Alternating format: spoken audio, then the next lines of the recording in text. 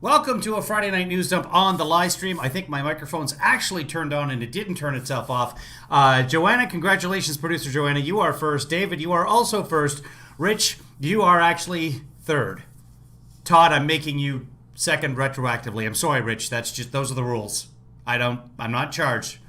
These are the producers that make these rules, and you're one of them. So really, you've got no one to blame but yourself. How are you people? This is the live stream. I am your Kevinly father. You can just call me Kevin. And some people wrote a prayer. There's a prayer on Twitter. Some of those people will be in the room. They decided to write a prayer trying to get me to answer their prayers and have a live stream. So we're going to do a Friday Night News Dump. Let's see what's going on. Hello, Allison. Speaking of prayers. Do you guys want to see the prayer? Just go to Twitter. It's on Twitter. I can read it. So this is what happened. I was watching. It's been a busy day. A lot of driving people around for COVID tests, etc. So three different voiceover auditions, which is good. So Bave tweeted earlier, and I was watching the Pickle movie, which is a movie on HBO. It's with Seth Rogen and Seth Rogen. And it's really very good. It's highly enjoyable, and it's also an allusion to Trump. So if you get a chance to check out the Pickle movie, it's on HBO. Check it out. Hello, Chris. Hello, Lynn. So Bave, our Canadian friend, wrote something on Twitter. And Kevin Lee Daughter was saying, hey, now the movie's over. You want to watch something else? I said, no, well, I should probably do a broadcast because someone wrote a poem for me to do a broadcast. What are you talking? So the poem goes as follows. Hold on. Oh, okay. So the poem from Bave Klein says, Our Father, who art in Cali, hallowed be yourself. That would be myself if I'm ready. Thy words be fun, thy fandom come in mirth as they are with Kevin. There's more. It goes on from there. I showed it to Kevin Lee Daughter. I was like, hold on, here it is. I showed it to her. And she said, I stopped reading it thigh and left.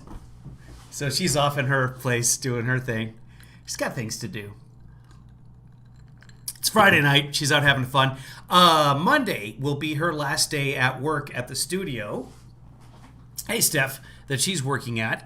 So in the meantime, I really didn't pay all that much attention to the news today. What I do know is that one of the chief prosecutors working with John Durham, the prosecutor in charge of the Donald Trump investigation of Spygate, as part of the Just You Wait campaign, number 478, who will be putting out criminal charges before the election, probably sometime in October. We don't know that for sure, but that's what they're working on. That's part of the October surprise. Anyway, this prosecutor resigned. And the word from her friends, and quietly yesterday, and no announcement, no nothing, no I'm moving on for family, I want to spend more time with my family, whatever it is. I did give in to peer pressure. Plus, I kind of want to catch up on what happened today. There she is. There's the poetress right there. Hey, Bave. That's huge because her friends are saying that she resigned because she didn't want to give in to political pressure. She's had a long, storied career, apparently very well respected. I don't follow prosecutors that often. I mean, if they've got like a dog in a backpack and they're walking down the street, I will follow them for blocks. I will completely lose myself. I'll be fired from work because I'll never show up. If there's a cute dog in a backpack, I will follow that shit. Anyway, yeah, that's what's going on. It's just every day, it's another this after this after this after this of violations of the norms. And there's no consequences. Nothing. Until November 3rd, and Every day that grows closer, I grow more weary thinking about the ejection day.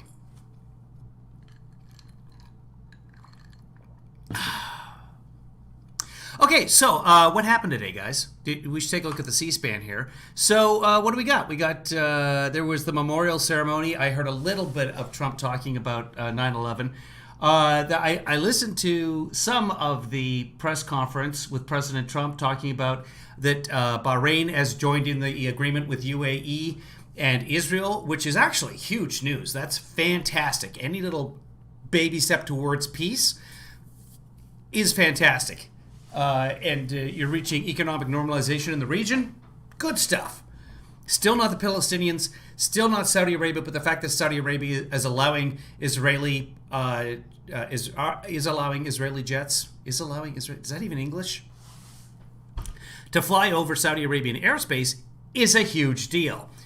And we've not long known that Donald Trump has something going on with Saudi Arabia. And of course, in Bob Woodward's latest book, he admits that he saved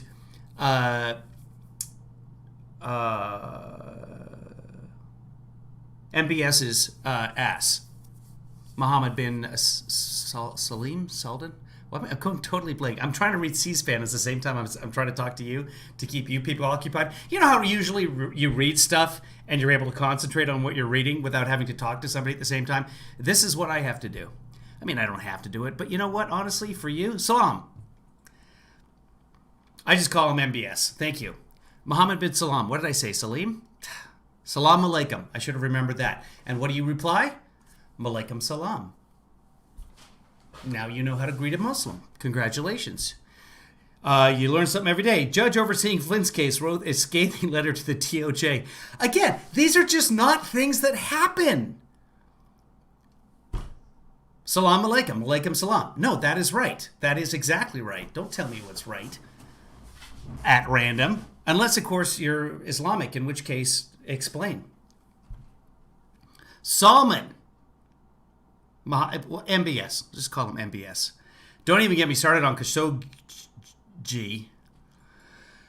A journalist chopped into pieces by MBS.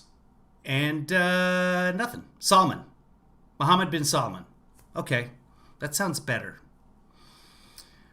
But the key part of the whole story is that I made ribs for dinner.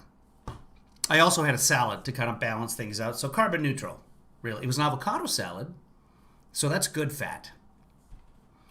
Solomon. Yeah, can we get past the MBS? Guys, so what should we watch? We got the Trump remarks on Israel-Bahrain agreement. What else happened today? Energy Department's response to coronavirus pandemic sounds boring. President Trump awards Medal of Honor to Sergeant Major Thomas Paine. Okay. Then you've got the main U.S. Senate debate. And then, of course, all the other stuff that happened today. So we could watch something on Fox and Friends from this morning to see how the day changed. By the way, Fox and Friends, right after the book broke, there's another book every day, it seems. Right after the Woodward book broke, Malaikum Salam. Salam Alaikum. Malaikum Salam. Is that not correct? Have I been tricked by my Muslim brethren? Malaikum Salman? Somebody paste what it's actually supposed to be. And then if somebody actually approaches me, like I can leave the country. Come on, people. We're not going anywhere. Thanks, FW. You're welcome. I don't know who FW is. Hey, Emmy. Giggly. Giggly. Let's start things off with the Medal of Honor, kids. See what's going on there. Can't be bad. Let's pump the volume up. Pump up the volume. Pump up the volume. Pump up the volume.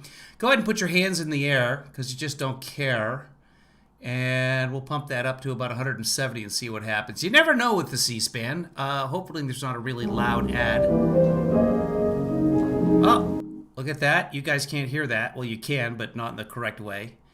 There we go. And let's pump that volume down for my ears. Try again.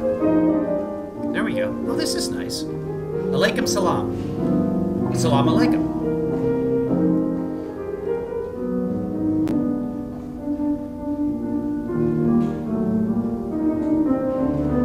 Not really sure what's happening. It's nice music, though.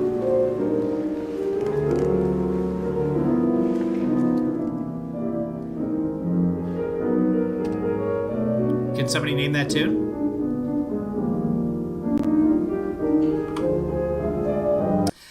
Is Thomas Paine a loser? I know it's not the historical Thomas Paine. What did Thomas Paine do? Let's find out. Okay, well, let's just fast forward till something happens here. There we go. Congressional Medal of the oppress. You are the one who placed him States. The psalmist of old. There we go. I invite you to join me in prayer. There's a pause. C-SPAN Almighty pausing. God, on this day of national remembrance, we pray as the psalmist of old. Deliver us, O Lord, from evil men who plot evil things in their heart. Maintain the cause of the afflicted and execute justice for the needy. Today, we thank you for the valorous attributes and actions of Sergeant Major Patrick Paine that indeed delivered the oppressed. You are the one who placed him in a family of love in a nation he loves, fostering the pure motivation of all warriors who fight for those who stand behind them. You equipped his hands for warfare and forged within him a heart that regarded the liberty of others of greater value than his own safety. You assigned him in the ranks of those whose common bond is uncommon valor when terror needed to be C-SPAN pausing. boldly confronted. Your work through him not only preserved life, but preserved the legacy of his team and the ideals of our great nation. Nevertheless, we know that opposing evil comes with a great cost. So we pray that the honor of this ceremony and the ministry of your Spirit would comfort the families and the teammates of Master Sergeant Josh Wheeler and Master Sergeant John Dunbar. I pray in Jesus' name. Amen. So it's Patrick Paine, apparently, not Thomas Paine. What I read said Thomas Paine. Or maybe it did. Thank you maybe very much, insane. Chip. This has been a really dumb Kevin day.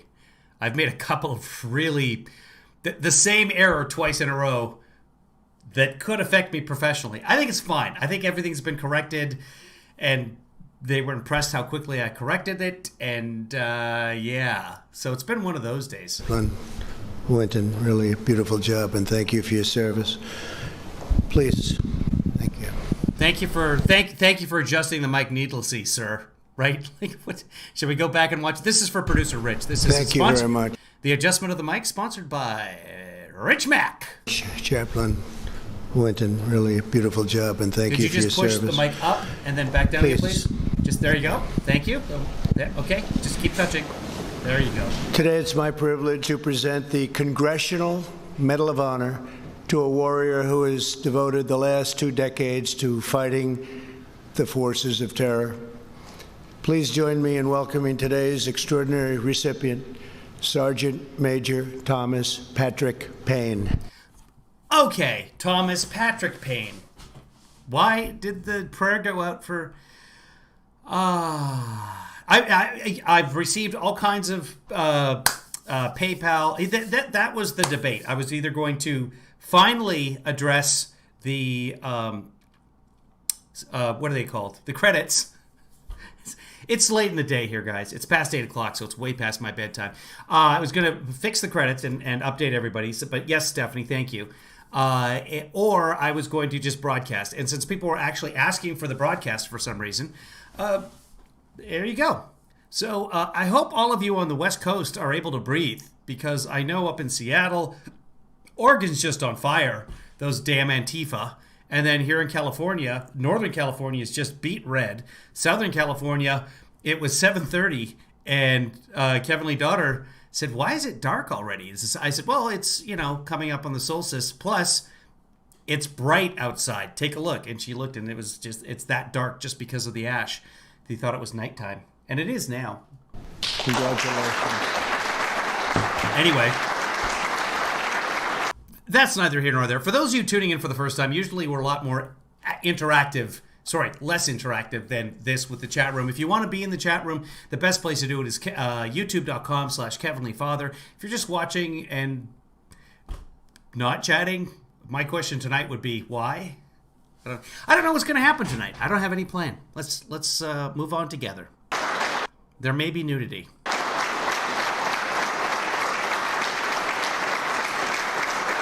Oh, yeah, the last time I checked in the afternoon sometime, Trump hadn't said a goddamn word about the California fires.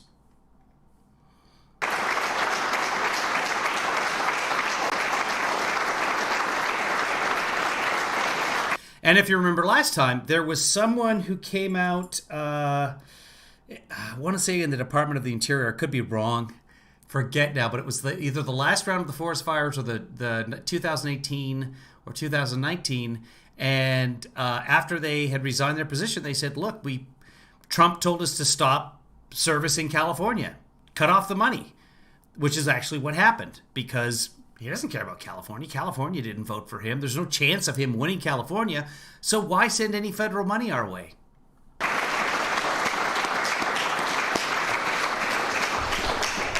Thank you very much. I don't know the woman's name and title. This is, you mean yesterday? The woman's name and title? I'm sure it's all over the news. I heard about it at about 2 o'clock, 3 o'clock. It was breaking news. It's about 2 o'clock, I think. So we can go back.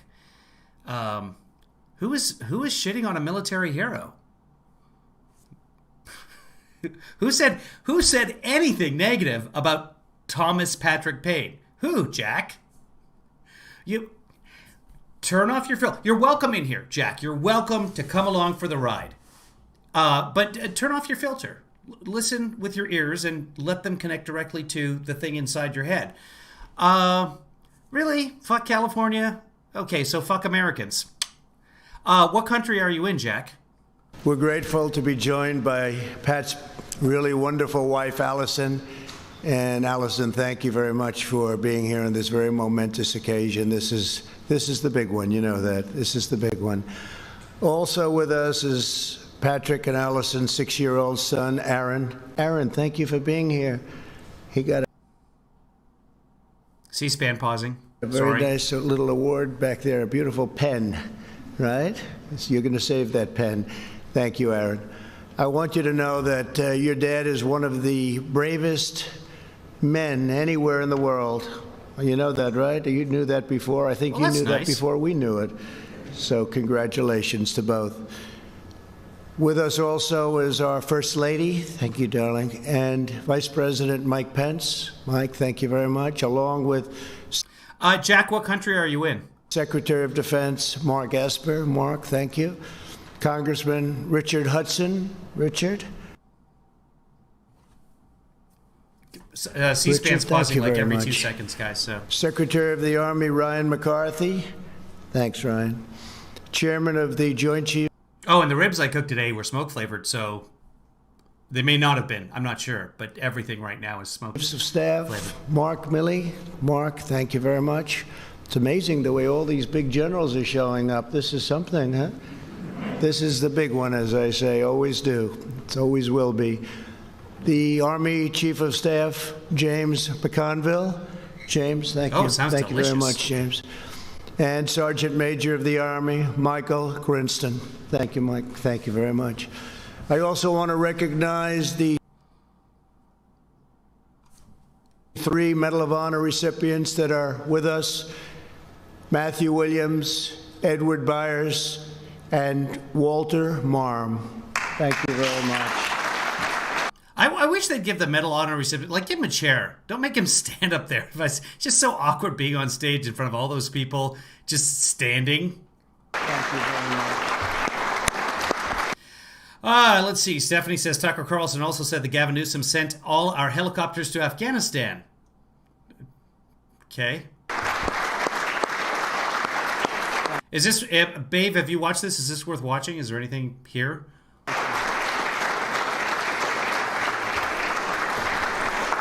That's You know what I like is some pecan pie.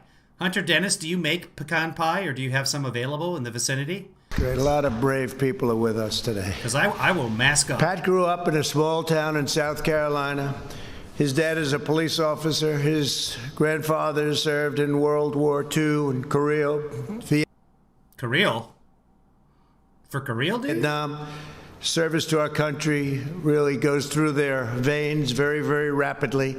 Exactly 19 Emma does not like pecan pie or pecan pie. Either way, somebody block her, please. Get her out of here, please. Okay, apple and pumpkin. No, keep her in. Sorry, don't block her. Don't block her. She can stay in, but limit her chat.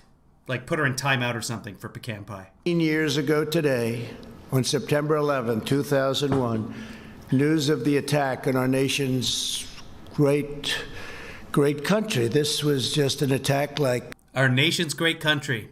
That is what happened. What do you think was on the teleprompter? Because here comes the verbal kitty litter. on September 11, 2001. Yeah. News of the attack on our So I'm going to pause it right here, and I'm not going to make any jokes about September 11th. That was the day all of our lives changed. Where were you when September 11th happened? I'm curious to know because that Twitter question has been going around today. I can tell you my story. It is a day I will certainly never forget, and none of us will. But where were you when you found out about it? Were you working at Tokyo Disneyland at the time, Hunter? Or are you saying there's pecan pie in Tokyo? I don't know how delayed we are, because I will fly to Tokyo right now for some pecan pie. nation's great country. This was just an attack So like that's what happens. He switches teleprompter, and he can never find out what our nation's great.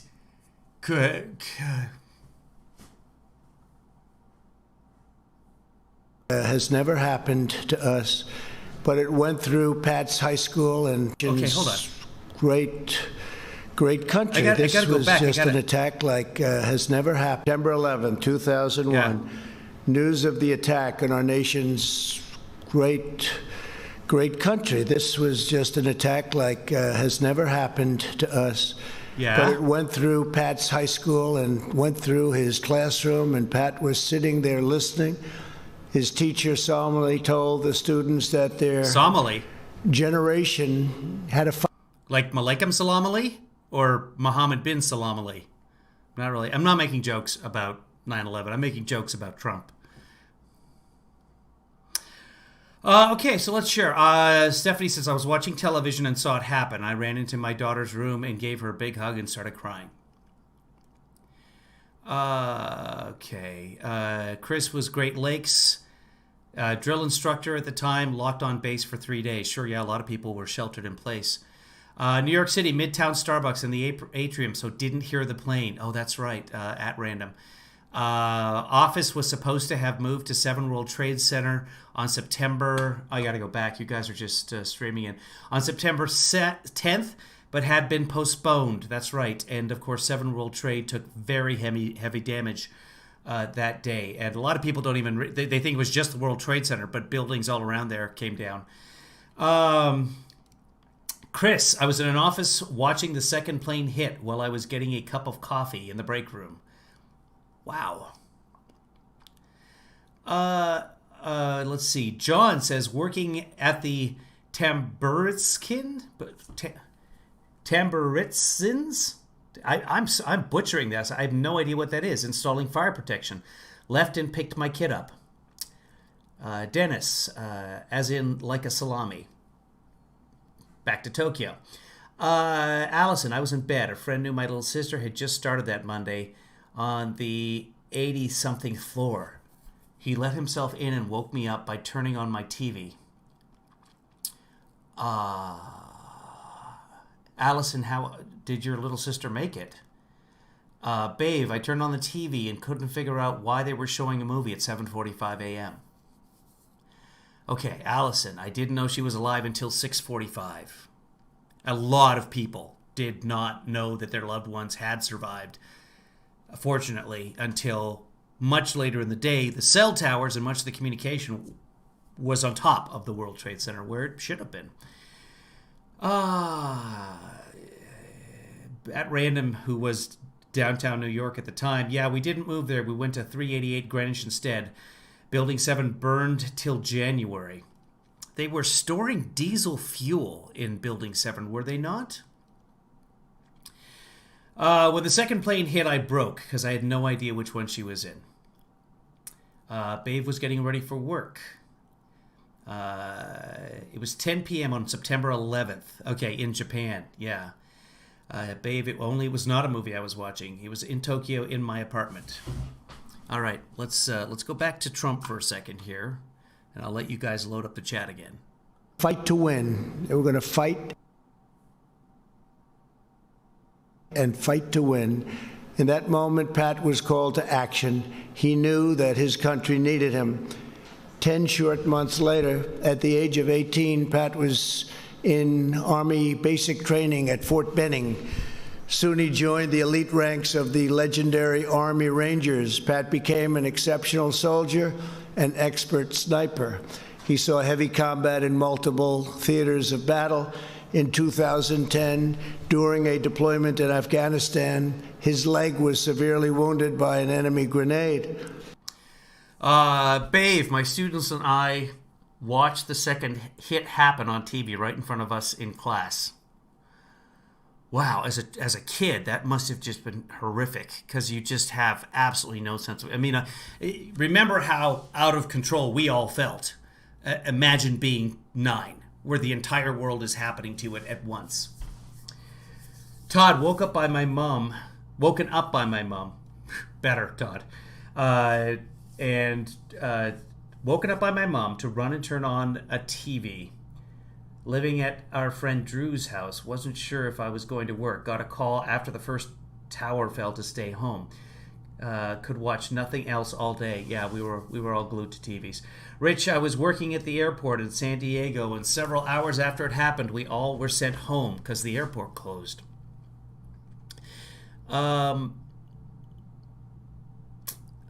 Babe, we all just broke down in tears and loud sobbing, and it was just terrible. I was teaching adults at the time. Oh. What were you teaching them, Babe? Chris, I left my office, sat in my car, and wept uncontrollably. Allison, I had told her to take that job, told her it was safe because it was pre-disastered.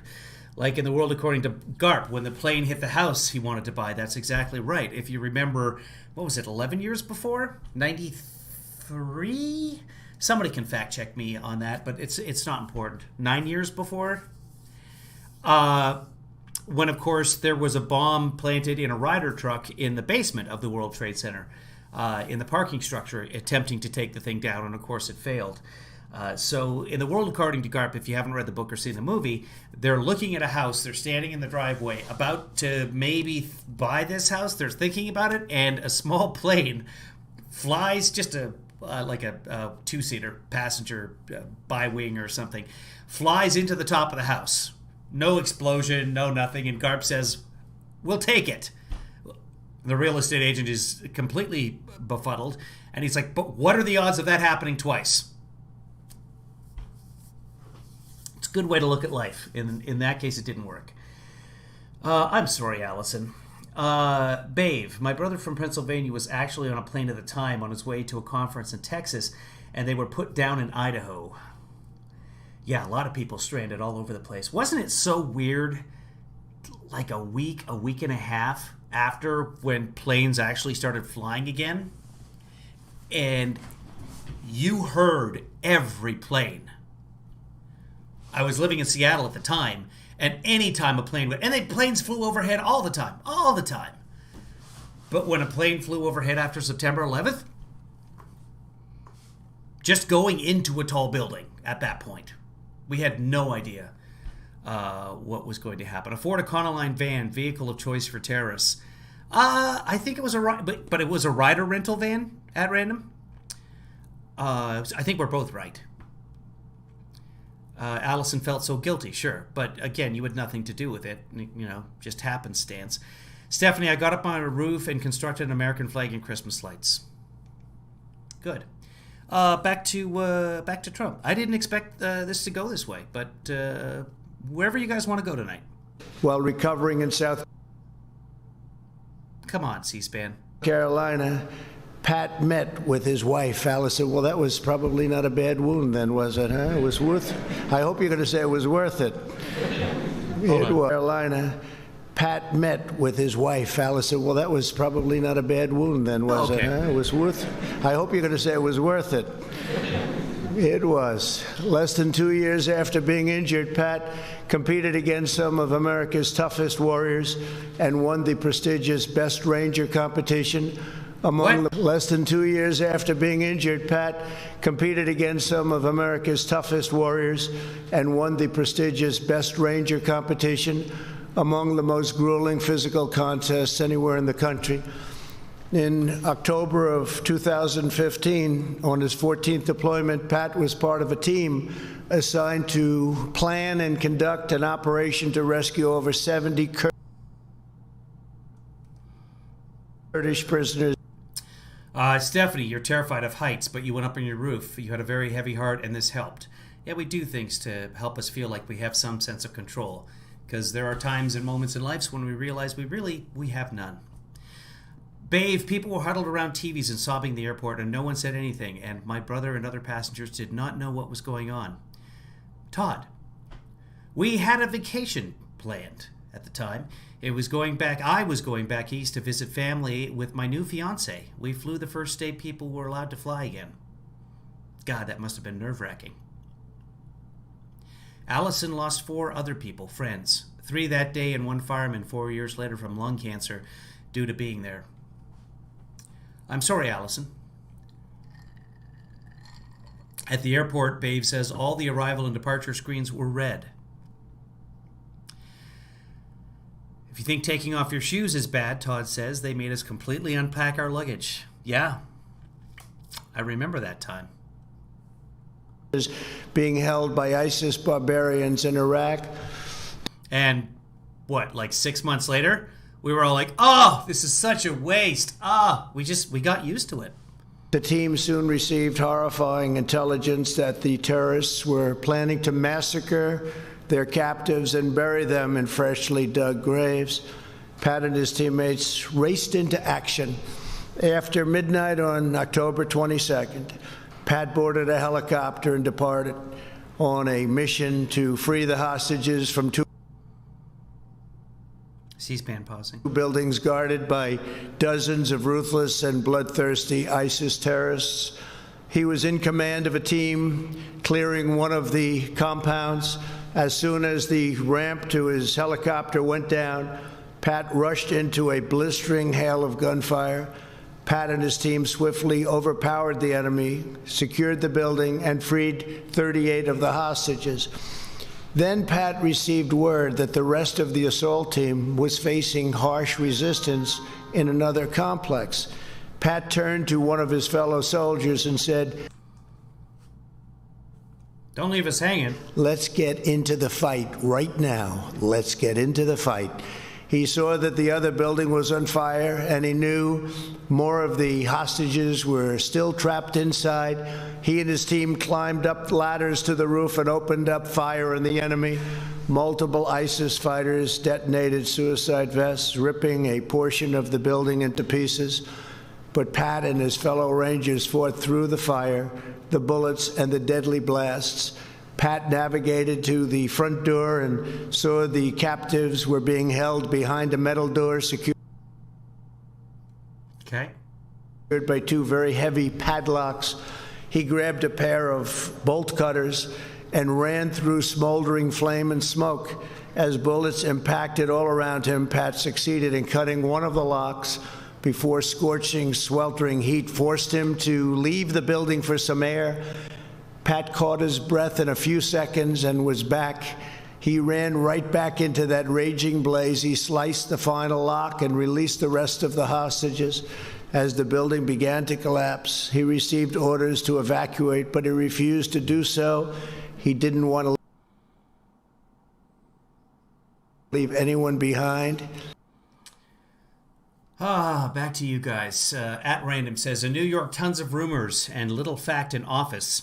See her in her office. Yeah, no one knew what was going on. Remember, those of us who were outside of New York at least had the TV and it wasn't happening to us. But then we started hearing about a plane in Pennsylvania. We started hearing about the White House. We started hearing about the Pentagon. We started hearing they were evacuating the Capitol. The local Seattle news came on, and they were evacuating downtown. Any tall building downtown, people were leaving. We heard that there were planes all over the place, and there were military planes flying as well. Still, planes were up in the air in New York. We walked home through Central Park. No buses or subway were running that day, and heard the first F-16s overhead. And, of course, probably didn't know which side those planes were on. Babe says we were so worried because we knew Dawn was flying that morning. At Random says it was scary because we thought they were still terrorist planes in the air, and the plane flying overhead caused a little panic. Sure. Babe, we do a mini unit on this every year at this time. The kids now are so shocked. They then understood why things are the way they are now.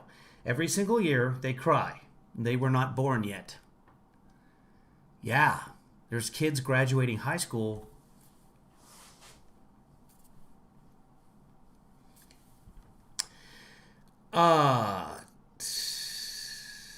Allison, Kevin, you just did far more to Hill Hearts than Trump did that day with his boast of now owning the tallest building in New York City. Yeah, that day, within minutes of the towers coming down, Trump called into a television station and claimed to have now that he owned the second tallest building in Lower Manhattan. He did not. It was not the second tallest building. And, like, why? Then a few days later, he was down there doing interviews. There, I've seen one with NBC. I've seen one with a German television station, bragging that he had first 150 men and then several hundred men down helping with the wreckage. He had none. No one has been able to find any Trump employees who helped out with the wreckage. But he was down there soaking up the press, talking to German television. That's Trump. Okay, let's see. Babe says, my brother lives in Pennsylvania, so we were not sure if he was safe or what plane it was. Yeah, we were all kept guessing for a while. Yeah, there's kids joining the military now who weren't born on 9/11. Rich, I can't believe he was saying he was working at Ground Zero or paying people to help.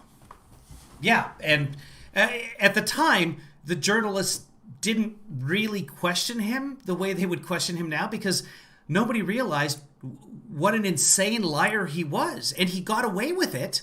And between the German reporter, it's the same day, he's wearing the same outfit, between the German reporter and the NBC reporter, it was a long time ago I watched it. It could be vice versa. But between the first reporter and the second reporter on the same block, just a few feet away from each other, you know the way that media crowds together, and not even at Ground Zero, a couple of blocks away from Ground Zero, because you couldn't just show up at Ground Zero.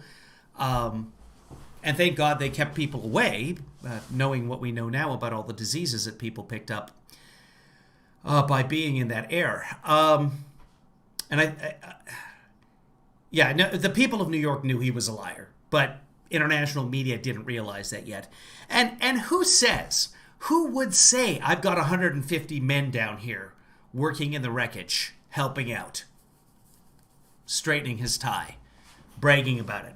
And then, a few minutes later, because he got away with it the first time, the number got bigger, which is how it works. I have several hundred men down here working, just doing my part, just doing what I can do. And nobody said, well, where did you get these employees? These are all volunteers of yours? Were they working at your casino? Did they get... No one's been able to find any of these people working down at Ground Zero. And there were people who went down there and volunteered. So it is possible, but there's no record. And, hey, could you show us the payroll from the time? No. He won't even show us his taxes.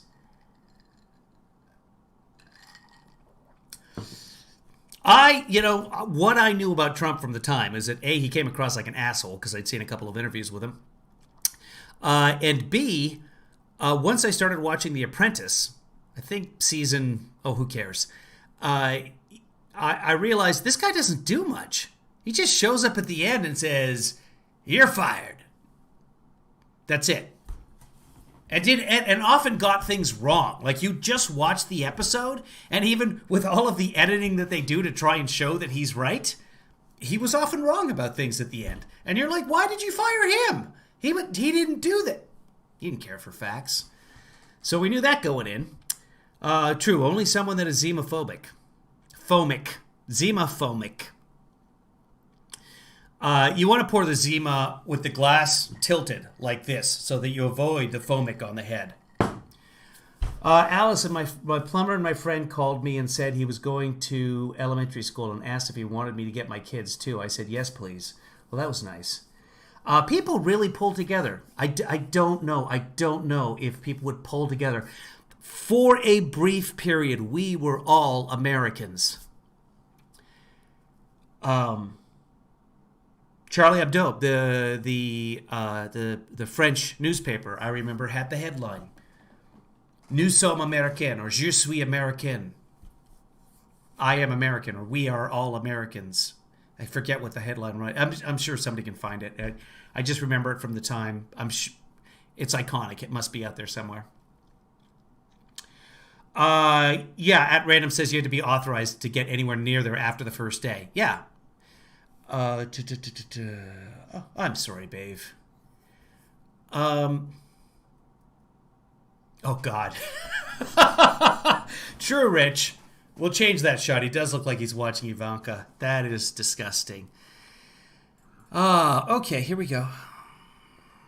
Pat ran back into the burning building that was collapsing 2 more times. He saved multiple hostages, and he was the last man to leave. He wouldn't leave. No matter what they said, no matter who ordered him to do it, he wouldn't do it. He was the last one out. It was one of the largest and most daring rescue missions in American history. Pat and his team rescued 75 captives.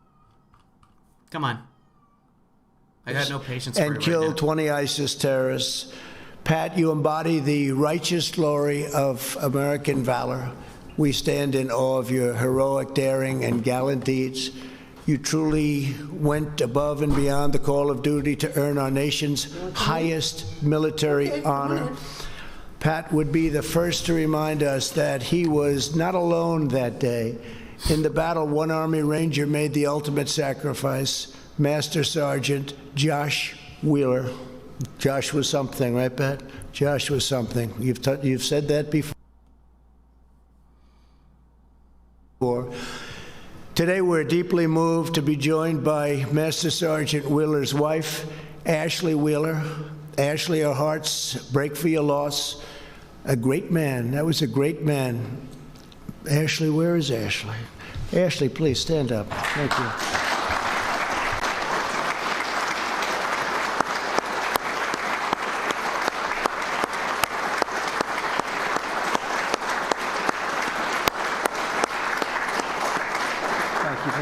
Thank you, Ashley. Our nation endures because fearless warriors like Josh are willing to lay down their lives for our freedom. Our children can grow up in peace because Josh had the courage to face down evil. Our debt to him and to you is everlasting. And again, thank you very much, Ashley. We appreciate it very much. We will honor him forever. You know, that very special group of warriors, men, great men. Pat has said that as soon as our soldiers' boots hit the ground, they are ambassadors of the American way of life. Everywhere they go, the men and women of our armed forces instill our friends with hope, our enemies with dread, and our fellow citizens with unyielding American pride. Over the course of his service, Pat has embarked on an astounding 17 deployments in defense of our nation. General Milley, that's a lot, right? Is that a lot? That's a lot. Okay, I needed that little extra confirmation. That's a lot. He now serves as an instructor at the U.S. Army Special Operations Command, training the next generation of American warriors. Today, he joins the immortal company of our most revered American heroes. Pat, you personify the motto, Rangers lead the way, and you inspire us all. It is now my privilege to present Sergeant Major Thomas Patrick Payne with the Congressional Medal of Honor. I'd like to ask the military aide to come forward and read the citation. Thank you very much.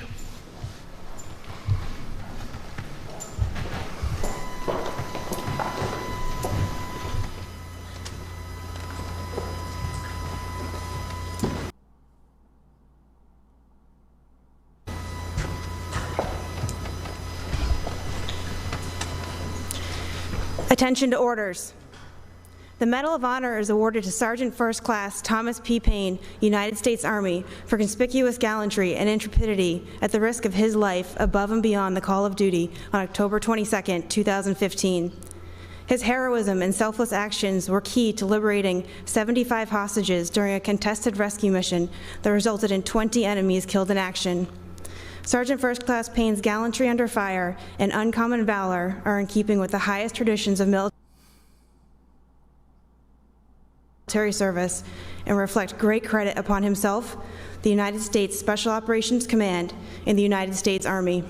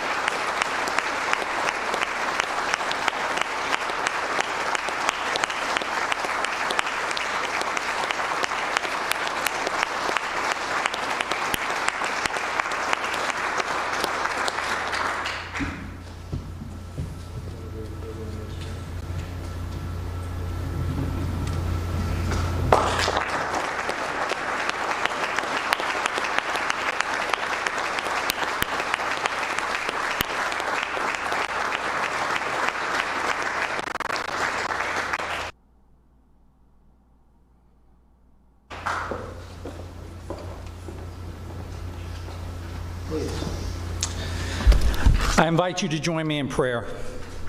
Gracious God, thank you for the gift of liberty that you have given us, and for those who have safeguarded liberty through heroic acts for our sake and for the sake of others.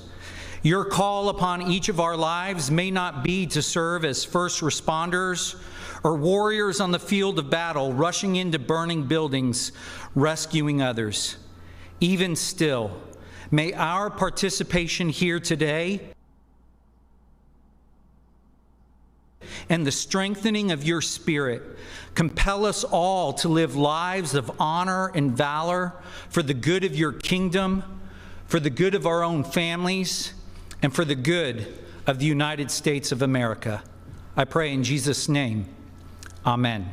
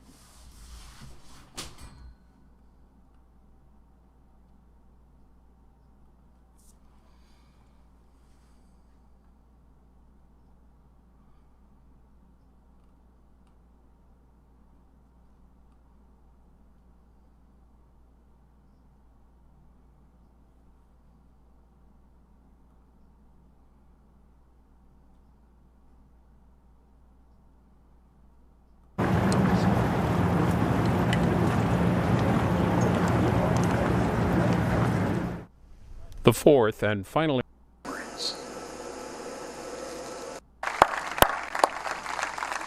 Goodness of our country.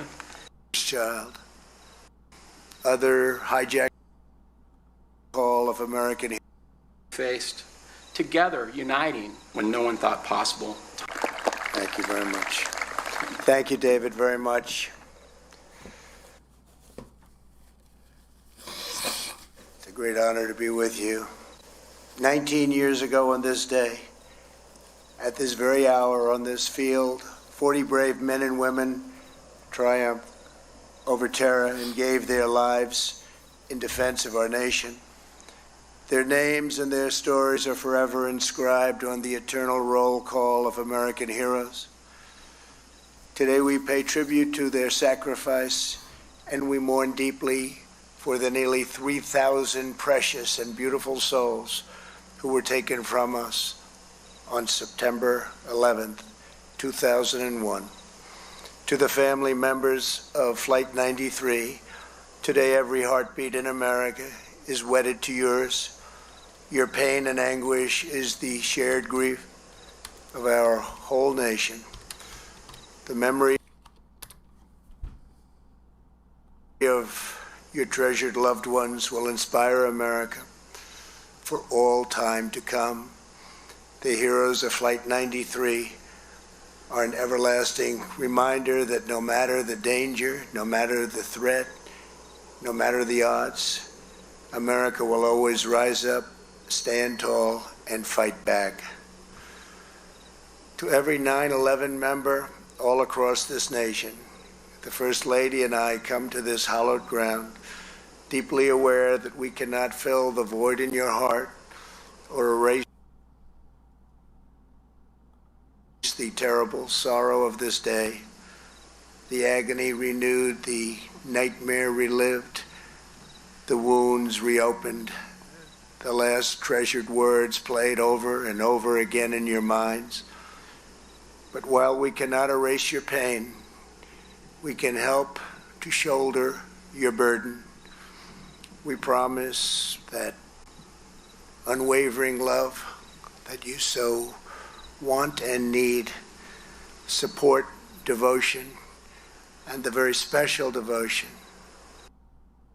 Nous sommes tous Américains. of all We're Americans. all Americans.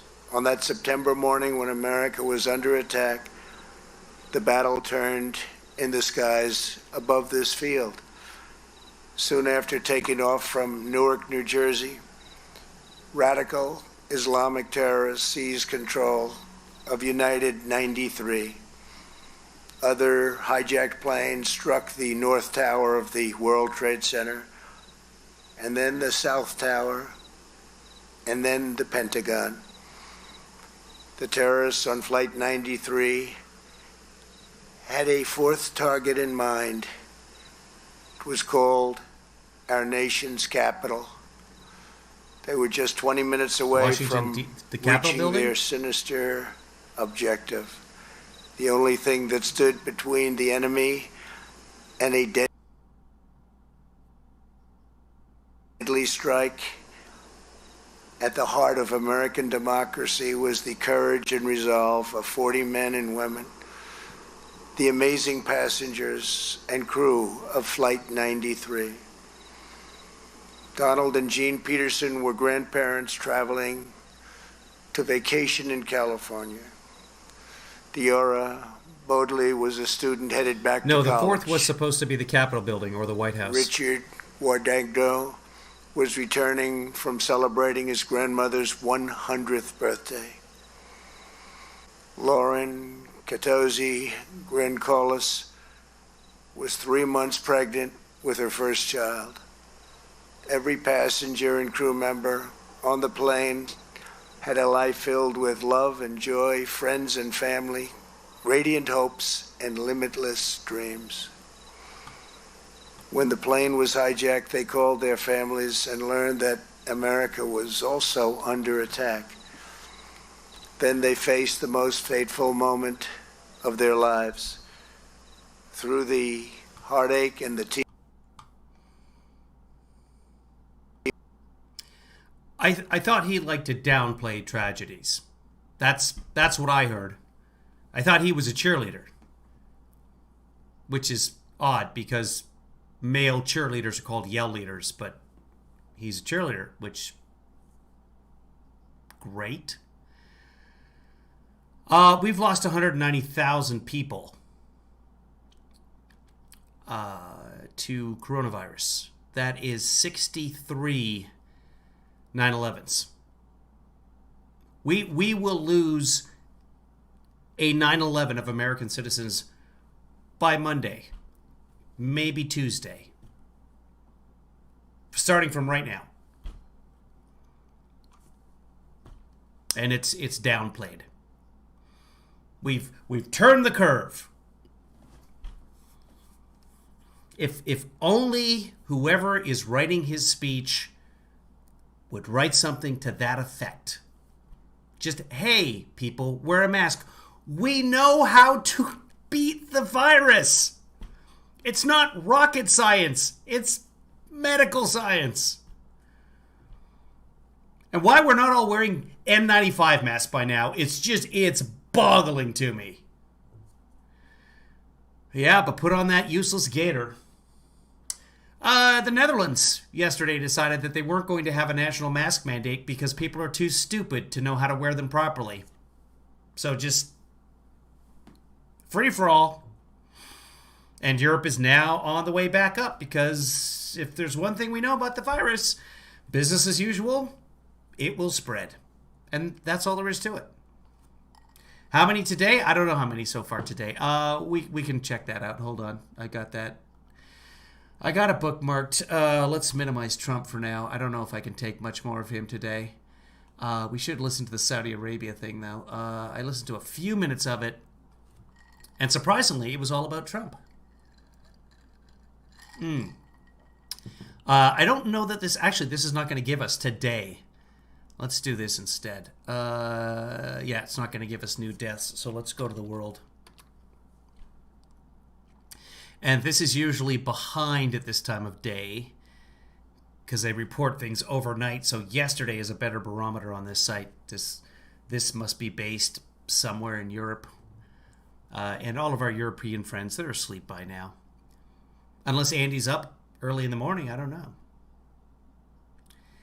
I did see a little bit of coverage of why people are not wearing masks at the rallies. I did see that, Steph. I should find that. Oh, you know what I did see? I will show you guys a video in a second here.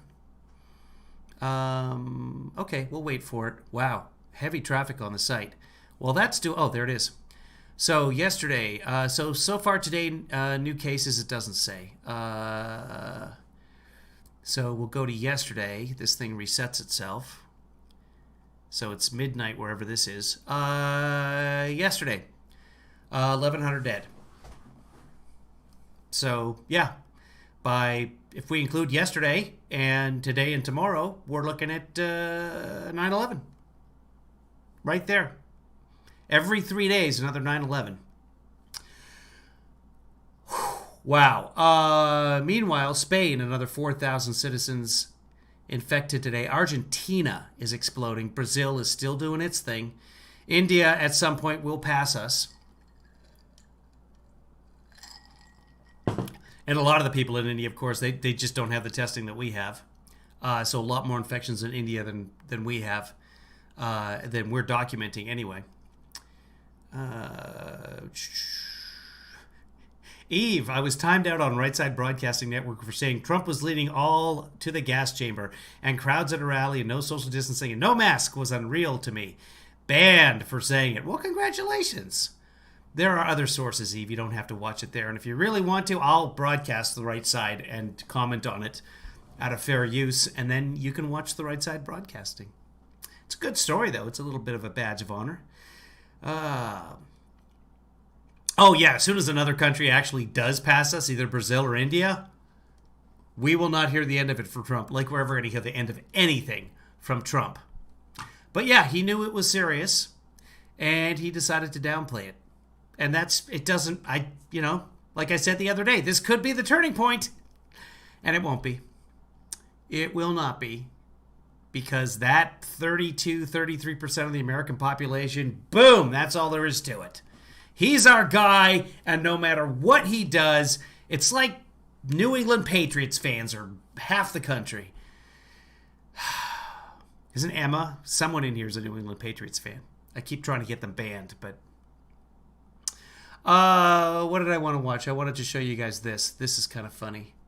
It's kind of... It's I don't know if funny is the right word for it. Hold on. Come on. Show me this. Boop, boop. No. Go here. Show me my previously watched. Resume watching. Well, that's not even true. That is not even true, YouTube TV. Hold on, I'll refresh it.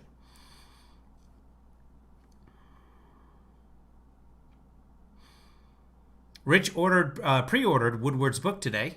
Congratulations. I wish I could read. Okay. And resume watching. It's not there. Okay, we'll do it manually here, folks. We're going off the rails. Anybody heard from Dr. Howard? Okay, so it's there it is. Let's find it. Okay, and there. This will just blow your mind, and then you'll be like, yeah. This Sunday, Oh, be quiet. What? Here we go. It's right here. Immediately. And the theme in all these cases is that while universities might have plans to control the virus and control things in dorms and in faculty rooms. I'm going to pause it every few seconds because MSNBC will not let you post anything on YouTube.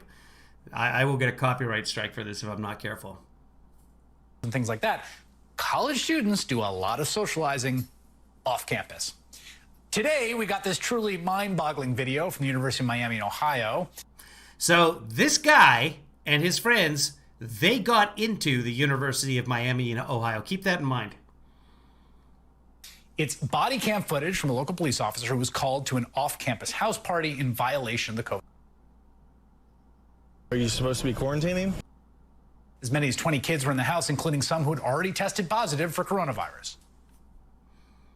I've never seen this before. There's an input on the computer that you tested positive for COVID? Yes. When was this? This was a week ago. Are you supposed to be quarantining? Yeah, that's why I'm at my house. Do you have other people here and you're positive for COVID? He is quarantining. He's at home. You see the problem? How many other people have COVID? They all do. Respond with EMS 6115 Fairfield Road, 40-year-old female. That's what we're trying to prevent. Yeah, I know. We want to keep this town What open. the issue is. That's why I was staying home. One call for I it. just walked down, too. I know, but there were probably 7 or 8 people that left your house Yeah. when you told them to leave. So you're not quarantining if you're mixing with other people. There's the future, ladies and gentlemen. He got into a college.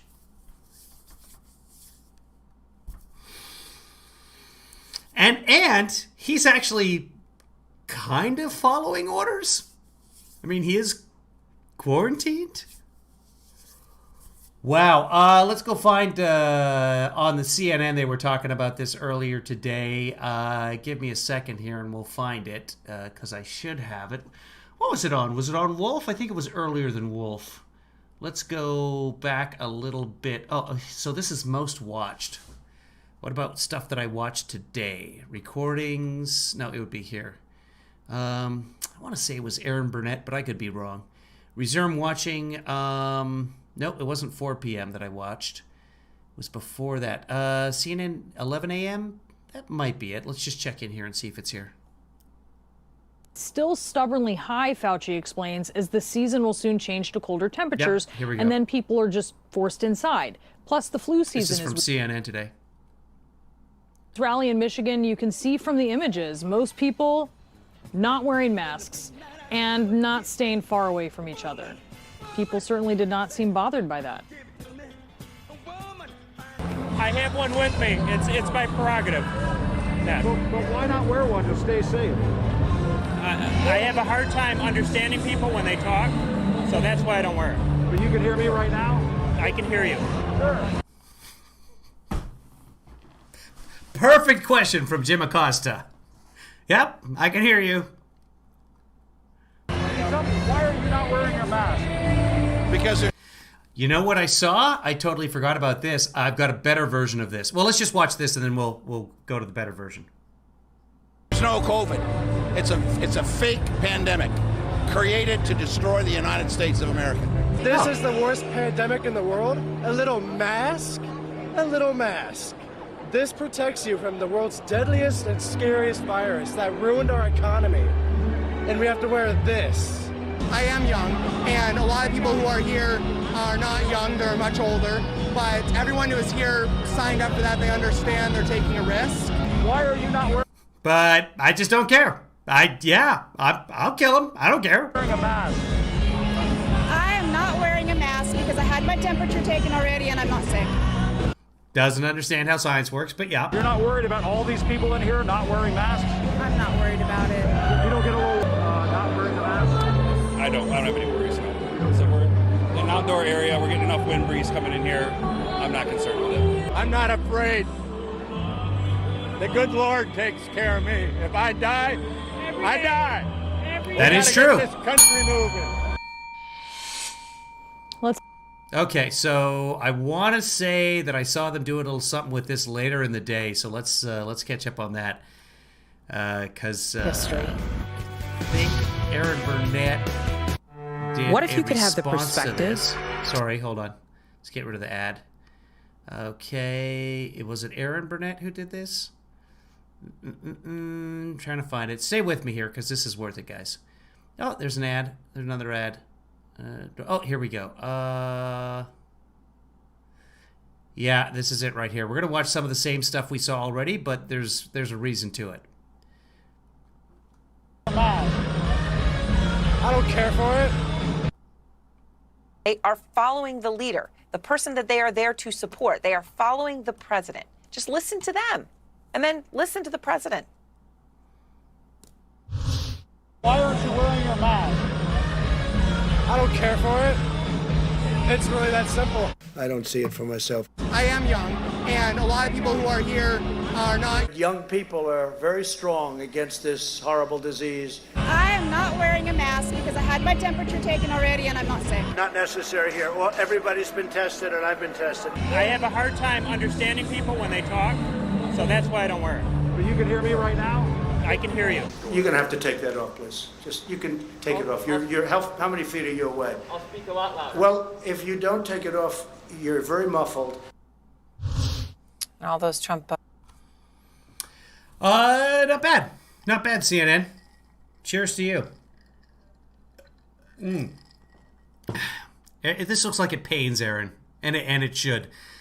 I think so. Dr. Fauci was on today earlier too. Let's see if she mentioned that right here. This is Dr. Fauci. So Dr. Fauci just basically, Trump has been saying we're turning the corner. This is the last corner. We're ending the virus. This is the end of it. Here's Fauci.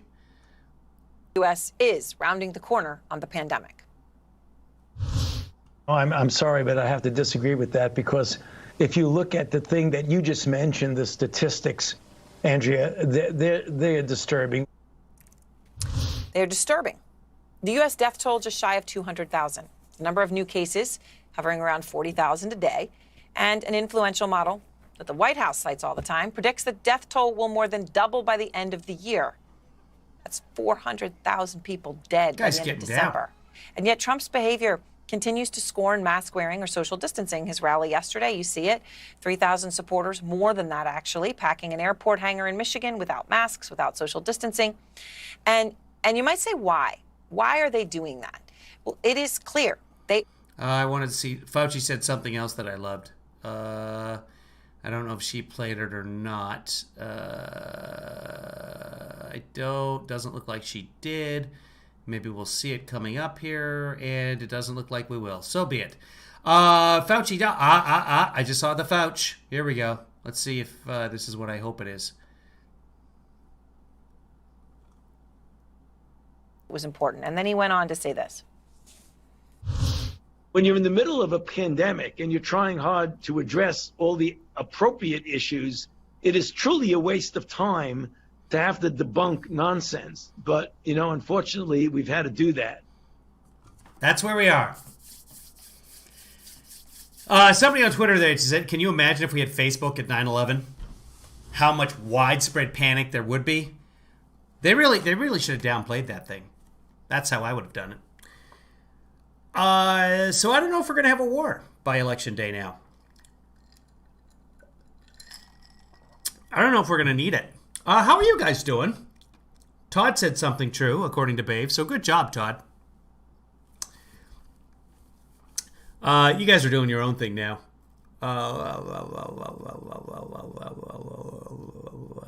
Comorbidities is a word.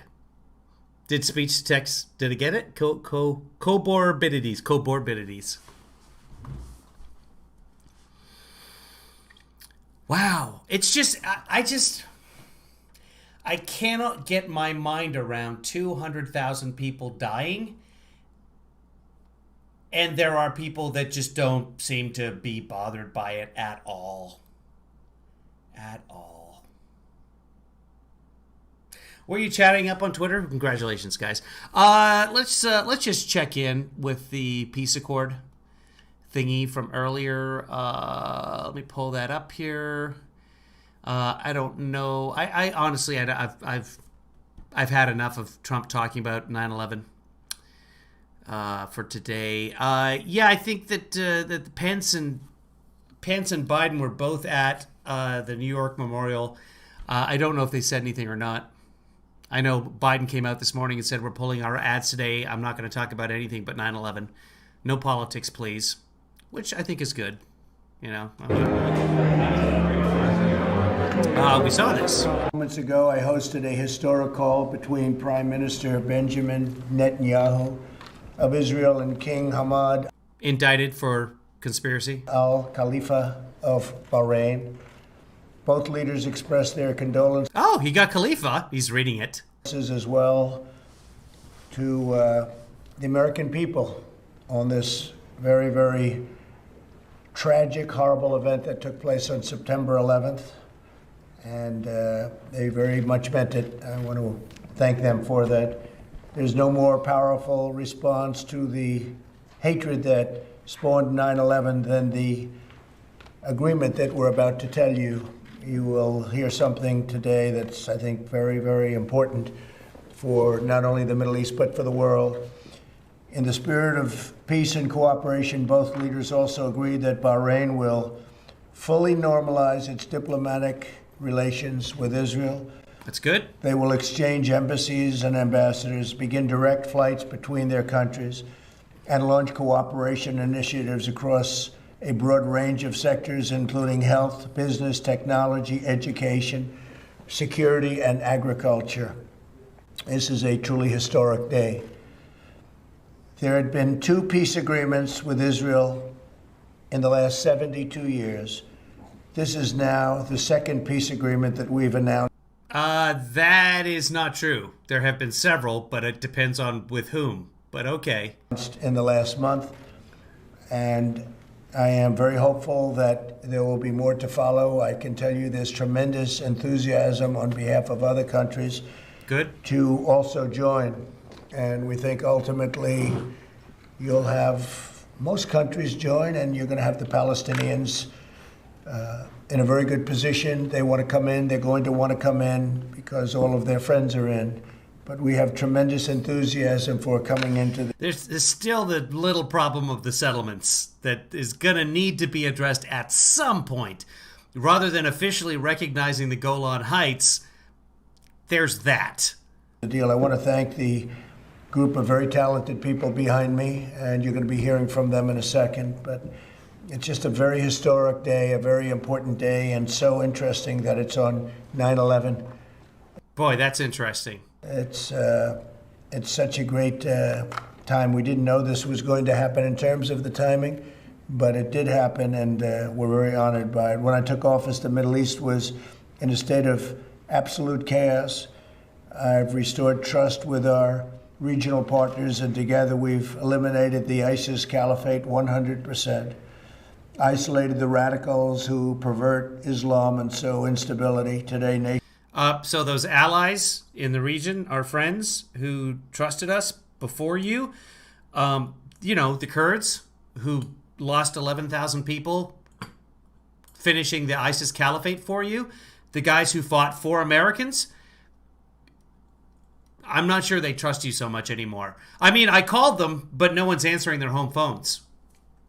Nations across the region and throughout the world are joining together, united in their determination to build a better future, free from the evils which perpetuate terror.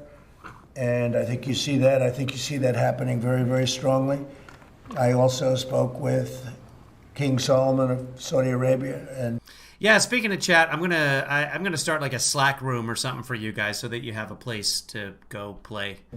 we talked about this, and he's a great gentleman, and what they've done in terms of fighting terror is a much different ball game than it was before we attained this office. The fact is that really Saudi Arabia was doing things that they're not doing anymore, and so are other countries and neighbors. They are doing things. Do you have any specifics, any at all? Things that they just would never have done. Their levels and their all of the things, all of the many elements of fighting and hate, they seem to be evaporating, and we'll find out very soon. But they seem to be evaporating. How will we find out exactly with the evaporation of the fighting and the hate?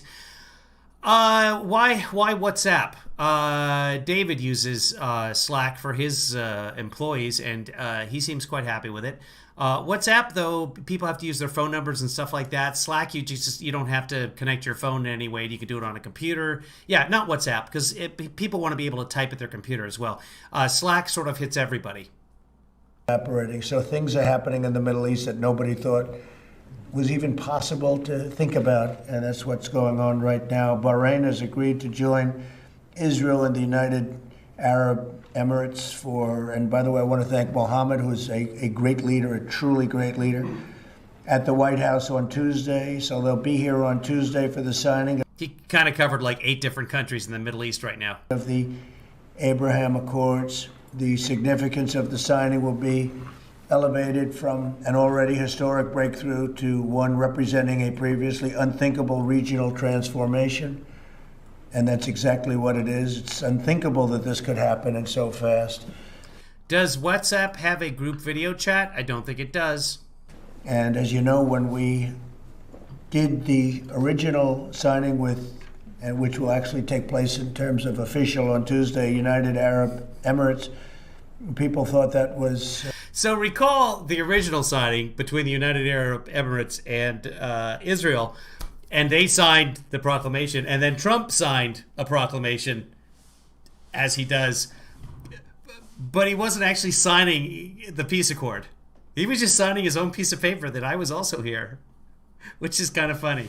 They gave him, like when you give the kid the menu with the crayons to keep him busy while the grown-ups are doing their business at the restaurant.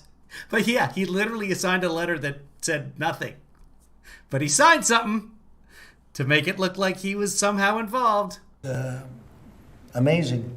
And now they're hearing this, and they're also hearing from other countries because they understand that other countries want to very much come in. Marcy, I think I am in your side chat on the Twitter. On this occasion, I want to thank the leaders of Israel. But I'm trying to avoid using my phone a whole lot. It hurts. I'm trying to figure out why, but like I have carpal tunnel syndrome or something from using my phone too much. So that's why I'm using my mouse in my left hand, so my right hand can be reserved for Israel and Bahrain for their vision and courage to forge. Lord knows what I've been doing so much with my right hand otherwise.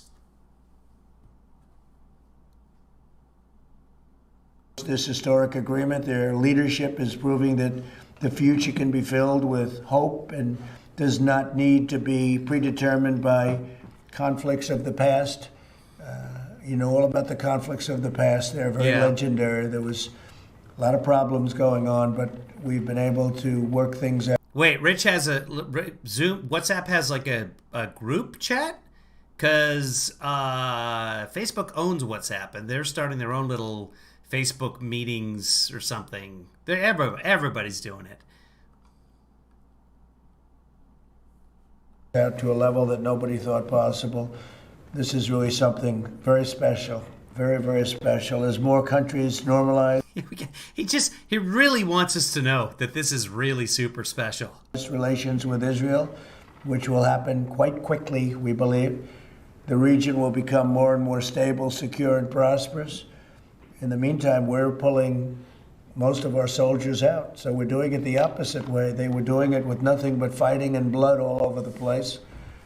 Yeah, we're not using Facebook. That's why I kind of chose Slack as the option. So we'll see what happens. The sand was... David, is that like I know, hashtags or something? No, use the... I slacked a long time ago with a job that I had or something, but use a dash or a slash and then say what you want to say. But yeah, in Slack, you can just go like dash, apostrophe, ampersand, tilde, Zoom, and it'll pull up Zoom if you said it correctly. Anyway, you can create a Facebook room and invite people to join in, even if they... Yeah, but no, I need something that's constant. All of the ones that I looked at, except Slack, you can't just come and go. You have to start a meeting and then invite people to the meeting, and the meeting just doesn't stay around forever. With Slack, it's just kind of a continuous... That and Discord, but Discord doesn't seem to have the options that Slack has. It was loaded up with blood, and now you're going to see that a lot of that sand is going to be loaded up with peace and blood all over the place, secure and prosperous. In the meantime, we're pulling most of our soldiers out. So we're doing it the opposite way. They were doing it with nothing but fighting and blood all over the place. The sand was loaded up with blood, and now you're going to see that a lot of that sand is going to be loaded up with peace. So first he murders the metaphor, then walks away. Hey, did you guys hear? The sand was loaded up with blood, guys. Did you hear what I said there? Comes back and starts doing like the printer in Office Space. PC load letter, what the fuck does that mean? The United States will continue to stand with the people of the region and work with them and build a brighter and much more hope. Loaded up with peace. That should be the headlines on the newspaper. They should talk about this. He was so upset last week because, there was the whole virus and books coming out about him, and he was so upset that he didn't get a lot of coverage from the lamestream media on his little peace accord that he signed the paper for that wasn't part of the peace. But they didn't even show his menu. He connected all the dots. He found his way through the maze. Yes, he crossed a couple of lines, but let's not bicker about who killed whom.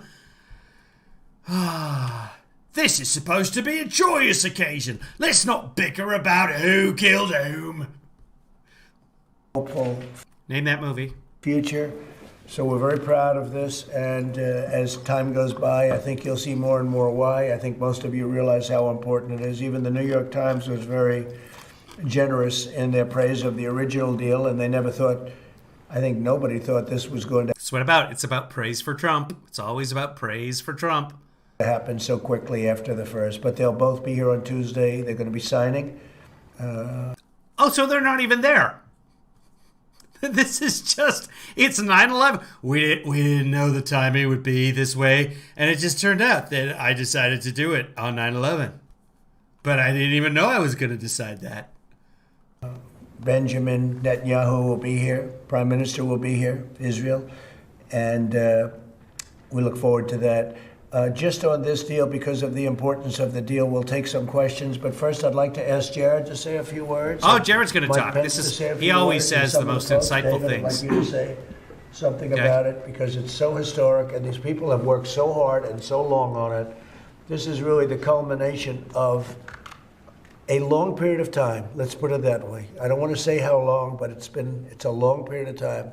It's a great thing. Jared, please. Thank you, Mr. President. And first, I want to thank you for your leadership on this issue. Your first foreign trip was to Saudi Arabia, where you outlined a vision for the region and all of the promises you made on that trip and all of the things that you heard. It's been a strategy that you've stuck with, and I want to thank you for giving me the trust and confidence that you've given me in order to work on this file over the last years, and I think the results that we've achieved has been beyond anyone's expectations, and I believe that there's even more to come. I just returned from the region last week. I was in the Middle East where I took the first commercial flight that's ever flown from Israel to the United Arab Emirates. And they're getting closer. He doesn't have a mic on. Over Saudi and I don't know if the Arabian shotguns aren't airspace. working It in was the the first room. time in 72 years that Saudi Arabia has now waived let's their just go ahead and skip airspace him, 'cause to obviously allow they don't have him commercial. mic'd So up. much hopelessness. Nope, still not. Also, Like maybe they'll wanna fix it as we congratulate go forward years here. ago.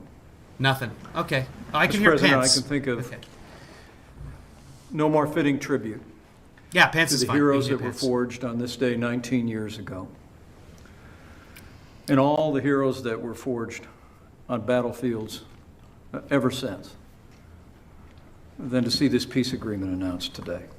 And Mr. President, you said from early on that we could stand with Israel and we could stand for peace. Your very first foreign trip was to the Arab world to reach out, to create new alliances. You affirmed our support for Israel when you moved the American embassy to Jerusalem. And the strength with which you have approached this has made now this second historic peace agreement possible. And I want to congratulate you and thank you, Mr. President, for your leadership. I also want to thank the people of the Kingdom of Bahrain and the people of Israel for finding a way forward to begin to take one more step. Let's skip past. Here we go. All right. Between their nations and widening the reach of peace in the world. Congratulations. Thank you very much, Mike. Great. Our wonderful ambassador to Israel, David Friedman, who has been really something. He's been, I put him there. I knew him for a long time. He was one of the... Not just something. He's been really something. I thought he was going to get just a little bit specific there, and then I was like, no, he's just going to say something. But really something is far more specific. The most successful lawyers in the country by far. And at least based on his paycheck, I can tell you that. I got a weird bald spot he's a great caused lawyer, by my he's a great talent headphones. and a great deal maker. How embarrassing. And I put him there for a reason. I put him there to get it done. I said, just don't be a regular ambassador like so many are. Just get it done. See if you can bring peace to the Middle East. David, please. Thank you, Mr. President, and I will always be indebted to you for giving me that honor. It's one that I hold extremely dear. Well, as you know, Mr. President. You think that's his son standing next to him? I think that's his son. Because the way that he's like beaming at him, either his son or something wacky's going on there. People have thought about the Middle East for the past 100 years or more as a place of violence, of hopelessness, of suffering, of war. What we're seeing in real time. Like thousands in this room today and last month, we're seeing the paradigm of the Middle East completely change. The world is turning in a very positive way, and it's all because, if I may say, because of the policy that you began in May of 2017 of trusting our allies, of empowering our allies, and in my case, of course, of being the greatest friend that Israel has ever had, of putting people on the job who share those values and convictions, and the fruit is now being born in this incredible peace agreement. Your policy of peace through strength has changed the world profoundly for the better, and I'm, as the ambassador to Israel, I am eternally grateful for the changes that you have made for the U.S.-Israel relationship. Thank you, David. Great job. Thank you. But I just have to say, I am voting for Joe Biden. Avi, please. Oh, thank you, Mr. President. Congratulations. He looks young, but he's not as young. Who is he? He's very smart. Go ahead. Thank you, Mr. Good job. Thank you. Avi, please. Oh, thank you, Mr. President. Avi somebody. I'm not sure who he is. Congratulations. He looks young, but he's not as young. I will tell you, he's very smart. Go ahead. Thank you, Mr. President. And congratulations on just a tremendous, historic achievement here today. I think I just speak for everybody in this room, all of my colleagues who have worked in your administration, that thanks to your leadership, there's just a tremendous sense of pride to be an American, to work on these issues under your leadership. And I'm just so appreciative to you and so honored to be part of your team. So thank you. Okay, he's the next secretary of whatever. Thank you, Avi. Why are they applauding him?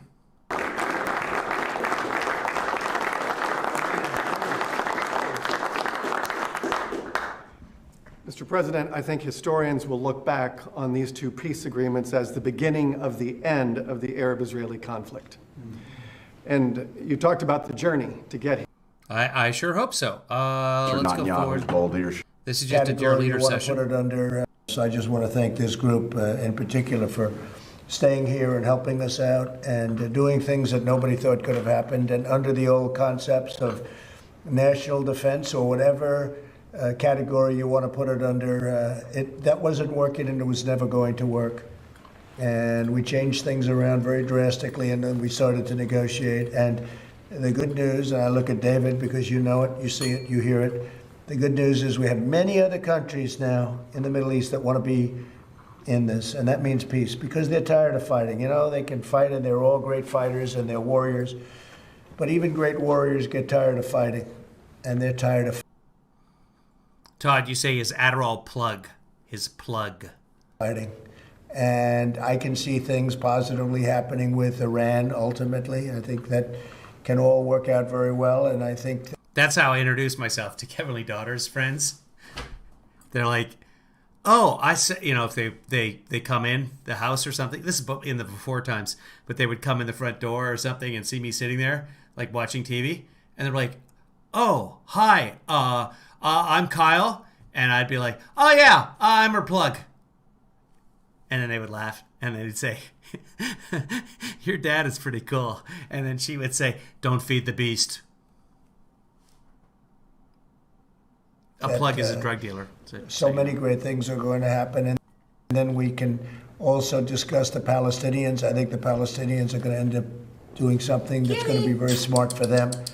And all their friends are coming into this, and they want to come into it. They want to come into it very badly, and I can see a lot of good things happening with respect to the Palestinians, which would be really...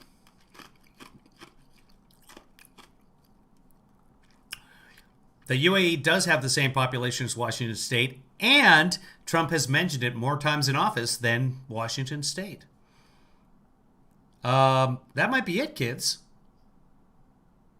C-SPAN just said, "Fuck it. I'm turning. This is Friday night. I'm done."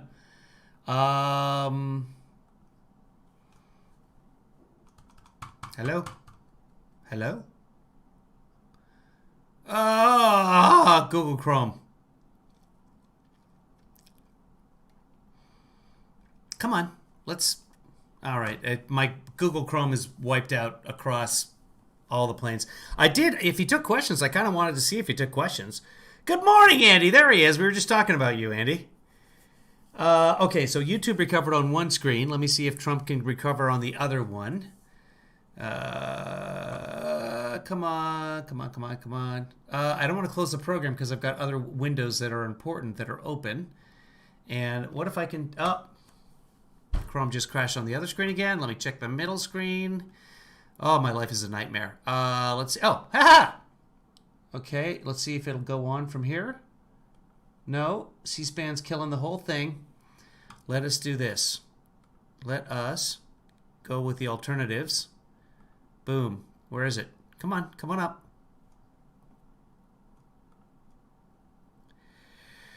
Oh, boy. Come on, kids. What? Do it. Do it.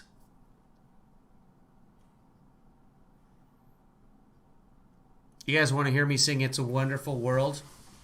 What a Wonderful World, like retired Army sergeant, drill sergeant. Because I did that today.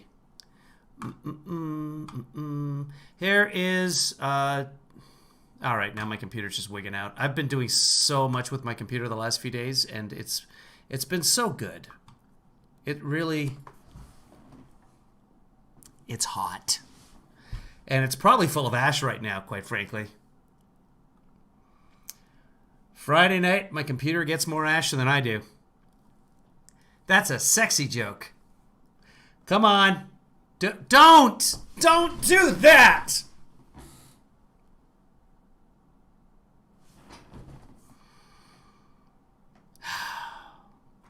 I don't know. We might be done, kids. We might be done.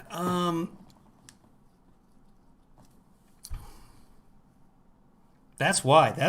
Look at this weird It's not my part. It's this artificial bald spot created by my headphones. Remind me not to wear my headphones out on a first date. Oh, that's even better now. Wow.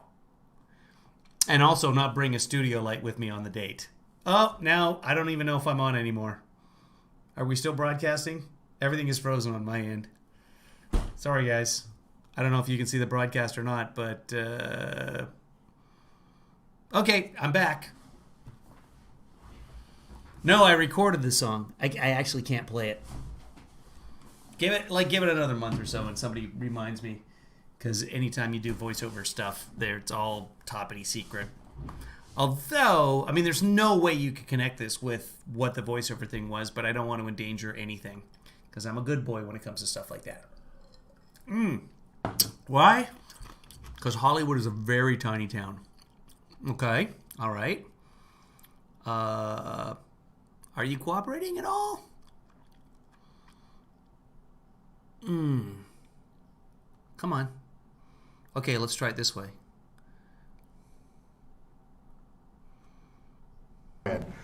For giving me the opportunity to serve on the National Security Council staff and be part of something historic and be part of a team. I know, this is me just Avi and Jared are tremendous leaders, and the opportunity to work with them to do something important has been the highlight of my life. And thank you for letting me do that, sir. And you've been doing this for a long time. You never saw anything like this. No, sir. We take a little bit of a different approach. Please, come on, my friend. Mr. President, 19 years ago today, my father and I almost got caught in the crosshairs of that first jet that hit the Twin Towers. That event changed the course of my life. It led me to becoming a United States Marine, which led to other things that brought... I don't know what he's talking about now. Let's go back to Firefox. Suddenly, everything started playing. Mr. President, I just want to thank you and Ambassador O'Brien. I thought he was going to take questions. My father and I almost got caught in holding our allies and friends close. No one could imagine. Okay, apparently he was just enjoying the praise so much that he just went praise. They're tired of fighting. I think some of you have told me the first time they get them done on a much better. Thank you to you and everyone else here. Well, it is an honor to have worked with all of you. You're really talented people, incredible, and you are willing to be flexible. The word flexible is a very important word because we weren't going by the old standards and norms. We were going by standards that can get things done, but not only get them done in a much better way. And this is just the beginning. A lot of things are happening, and they're happening very quickly. People want to be involved, and they want to be involved. For the first time, I think, some of you have told me the first time ever that you've ever seen anything like this, where they're rushing into an agreement, they want to be involved. They're tired of fighting, as I said. They're tired of fighting, no matter how they are, no matter how great a warrior they are, and you have some great warriors, I know most of them, but it's time. Thank you all very much. Thank you, please. Questions?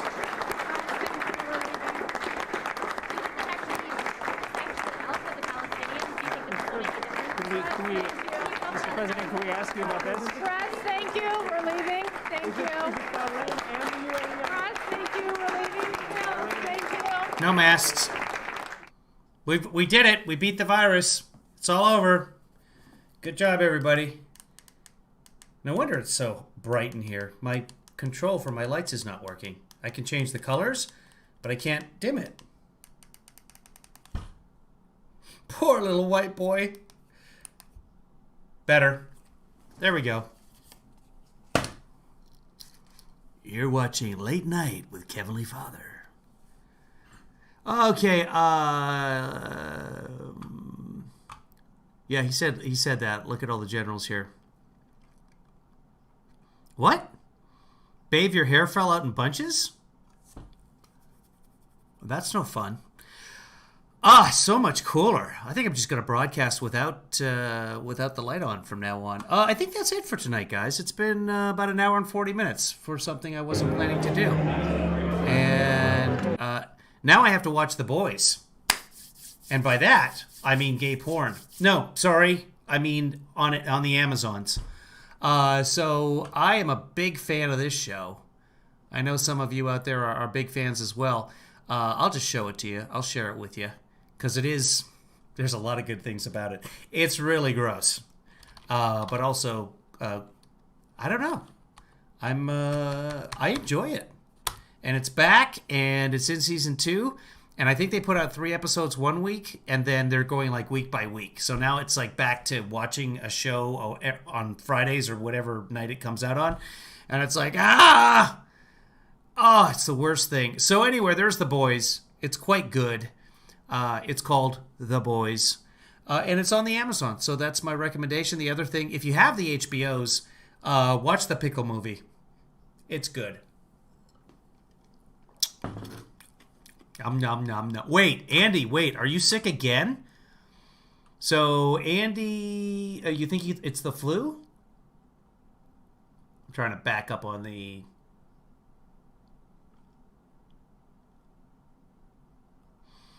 I'm glad you like this live stream. Before we go, here, I will tell you my experience on 9/11 because you guys shared.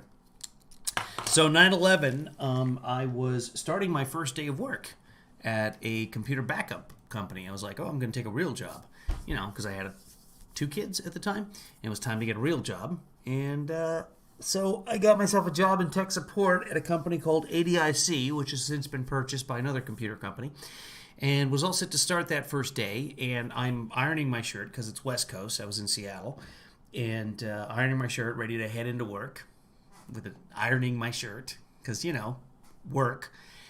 And the phone rings, and I pick it up, and it's my mother-in-law. I don't know it's my mother-in-law. And I say, hello, because that's what I do with phones. Hello? And it wasn't a cell phone. It was just a regular phone. But this, for the purposes of I could just do this. I could use my light thing. I'm messing with it because I use humor as a defense mechanism. I know that. So I pick it up, and the first thing I hear is my mother-in-law, and she says, "We're under attack." And I think I literally did that with the phone. And I looked outside, trying to... And then I thought, no, they're in San Diego. They're under attack in San Diego. San Diego is under attack. What is going on? And we're under attack. They're attacking the United States. Turn on the TV. So then I turned on the TV and saw what happened and didn't really know what to do because it seemed to be in New York, and New York had been attacked before. And so I went to work for my first day. And at work, nothing happened.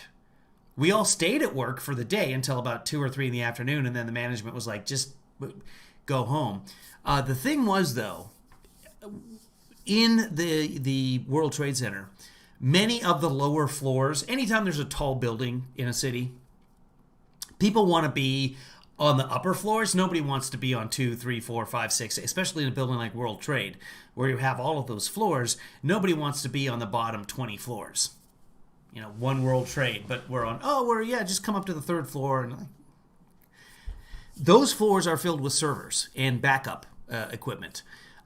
Working tech support for a backup company, a lot of people were lost that day, but a lot of data, including some very sensitive government data as well, was wiped out that day. And so I spent the next 2 years working for that company, rebuilding data information, well, same thing, for companies that not only lost the data, but one company who lost... There was a gentleman who worked for a company, an insurance company, and boy, he was a hard ass. Just like, oh my God, every time this guy called. Just, hold on, who's calling? We'll just call him Tony. Tony's on the line. Does somebody want Tony? And eventually it got to the point where he's asking for Kevin. All right. So, and they would call day and night. So I think Thanksgiving, day after Thanksgiving, something like that. There was a day he wasn't working, months later. And I get calls from that company. And it's another guy. It's not Tony. And he says, "Oh, good. I'm glad it's you, Kevin. Tony's told me all about you." I was like, "Oh, okay, great." Because you develop a relationship. A lot of this is, okay, now put the tape in. Okay, now do the backslash, blah, blah, blah, blah, and now you wait 4 minutes for the tape to load. And if they're an important customer and they're paying a lot of money, you stay on the line with them and you chit-chat and what's going on. I guess he enjoyed my chit-chat. Why would anyone enjoy my chit-chat? Idiot. So we used to give Tony a hard time, and nobody wanted to deal with Tony. And I'll admit that I was curt with Tony from time to time. So the other gentleman on the phone, on Thanksgiving or the day after, whatever it was, Tony had the day off. And he explained to me that he was new with the company and that Tony was showing him the ropes. And that the day of the attack, Tony was at their New Jersey facility. I mean, yeah, Tony was at the New Jersey facility. And, okay. Yeah, because everybody was somewhere, right? Everybody remembers where they were, and he remembered where Tony was. And as it turns out, we'd been giving this guy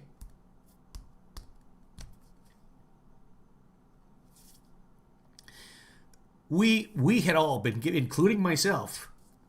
I had not given my best to Tony. He didn't even realize it. He worked for a company that was based in One World Trade.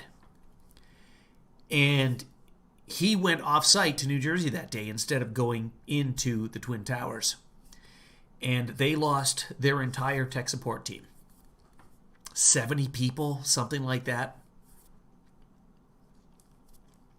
And we had all been given him. Excuse me, I'm sorry.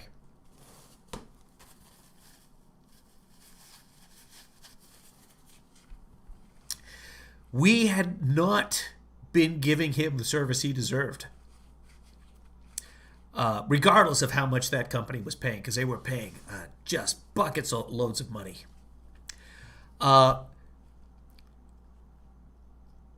But it just makes you kind of, at least it made me kind of realize, you never know what's going on the other end of that line. You don't know the situation that that other person is coming from. And the incredible, and what Tony felt about that day, I had further discussions with Tony after that once I found out. The incredible guilt that man felt for having survived that day when everyone else that he knew in the company was gone. Wiped out because some nutcase halfway around the world decided that their sky god wanted him to kill a bunch of other people who may or may not worship his sky god.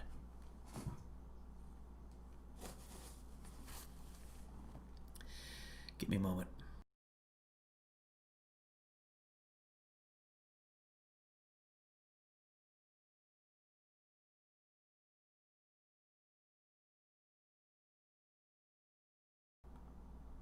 Anyway, you guys shared. I thought I would share. I didn't know it was go there. The moral of the story is a lot of things fucking suck. And you don't know what's going on with the other person. So try and give them your best.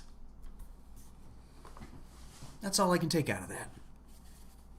Anyway, I haven't spoken to him, Tony, in years and years. Once the company shipped our jobs overseas. Thanks, Biden. It's well before Biden. Anyway, kids, I think I'm going to end there. And go watch The Boys. I'm up to date, so if you haven't started watching, you're not going to be able to catch up with me. Yeah, I'd have a watch party. I don't think it's even, I couldn't have a watch party. Anyway, maybe we could over Zoom, but everybody would have to be caught up. So you're caught up with today. Eve, I can't even see right now. So I see that you have a super long 9/11 story. And that is a story for another day, if that's okay. Maybe this weekend. Next time you're on, Eve, let us know if...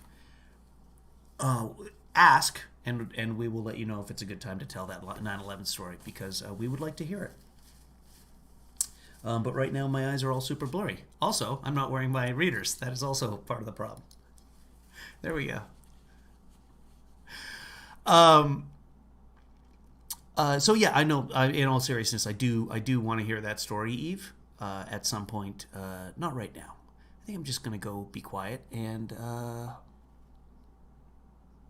watch The Boys in a while. By the way, that entire story was made up because I am that good of an actor. It wasn't. I'm not that good of an actor. But humor is my defense mechanism. Okay. I wish it was made up. But no, this guy lost his entire fucking company. And he was the only one who knew. This is an insurance company, a big insurance company. And he was the only one who knew how to retrieve the company's data. And just happened to be. That was, I gotta go. And when he explained the story to me, he was resentful of having to go all the way out to Secaucus, New Jersey, to go to the other data center. He was not happy about having to do that. But anyway, okay. That's it, guys. Sleep well. If we don't talk, have a safe weekend. And think about the ones that you love in your life.